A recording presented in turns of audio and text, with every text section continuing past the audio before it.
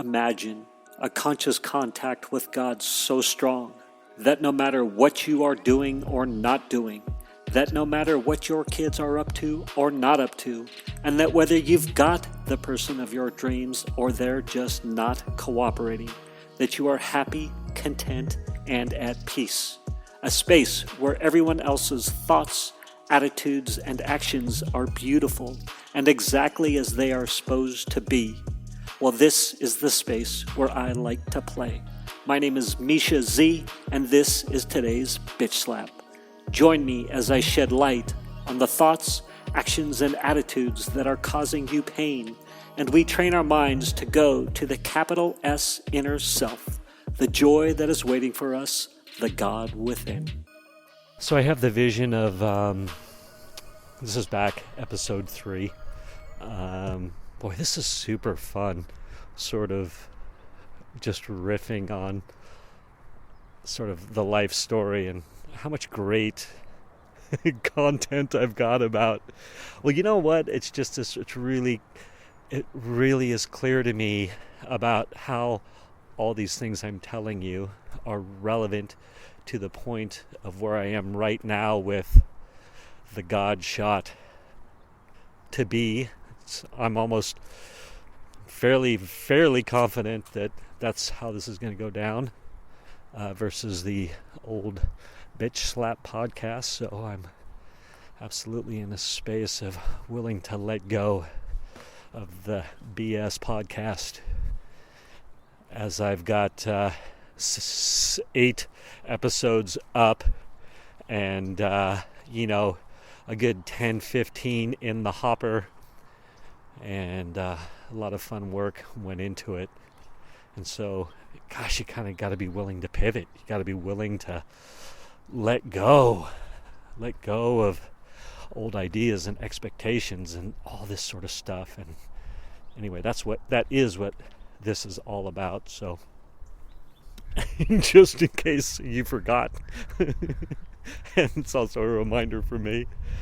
And again, it's it's sort of the story of how one day I'll be able to tell a short story and have it hold as much weight as a long story, or maybe I can, and whatever. Thank you for indulging my moment of rambling.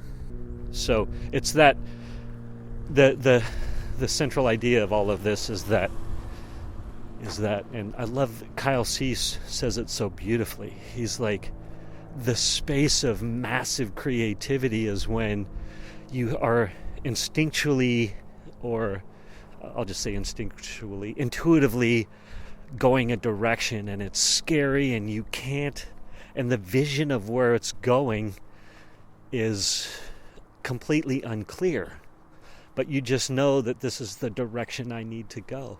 And this is actually, so it's what's happening to me on a relatively small scale, although it feels massive with my 2 podcast choices.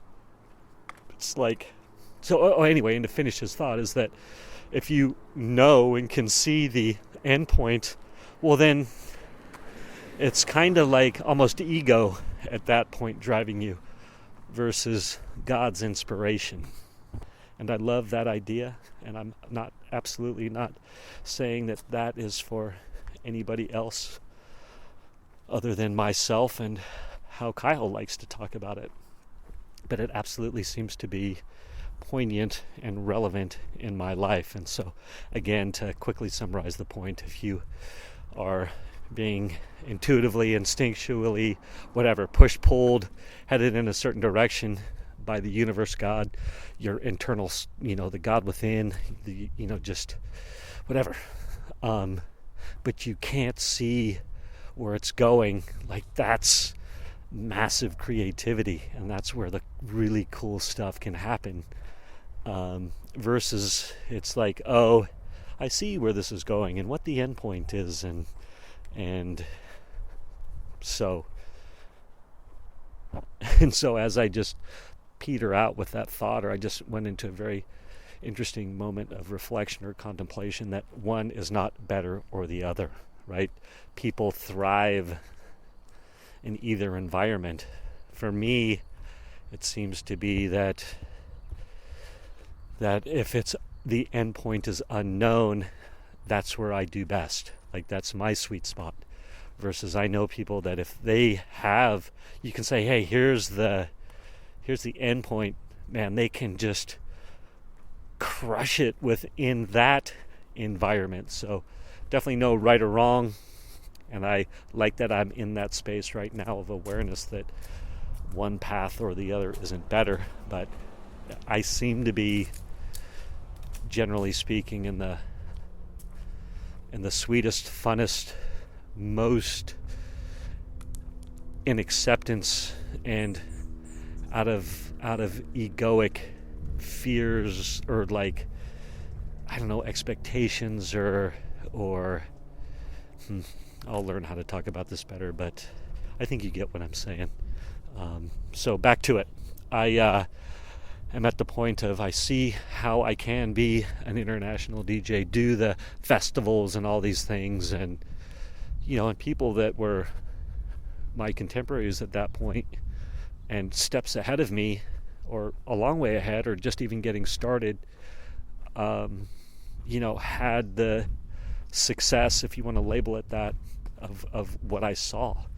And it became very clear to me that although egoically very satisfying, the whole Stardom International thing, whatever, was not my destiny. Nor was the idea of having a thriving, localized business around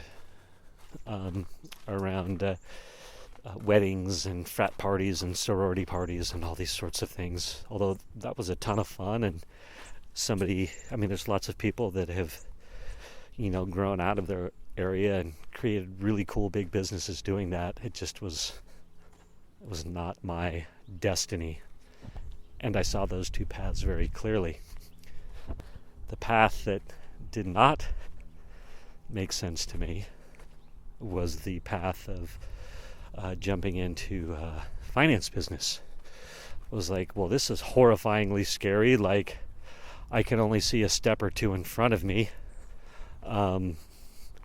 But it's clearly the next indicated step. And so I get to take another leap and go into the commodities business. And I'll fast forward. I was a retail commodities broker, which I met. I'll shorten this story, but I met smart people that were doing really cool things with computers, and I got to put my finance degree to work, and I got to learn how to talk about Greenspan was in play at the time, and we were doing all kinds of cool modeling and trading and all this stuff around Greenspan. And what was his thing? I can't remember what his big saying was at the time. Irrational exuberance. But nonetheless, I had another point of, okay, I see where this gets to go. It was actually, I ended up in tech sales, and then tech sales in 2001 collapsing, and the universe was like, get into mortgages. And I was like, I can't see how mortgages could, that looks like the death knell to me. Like, what? Like, no, I won't wear a suit and tie and all these things. And of course, the universe was like, well, this is your only option.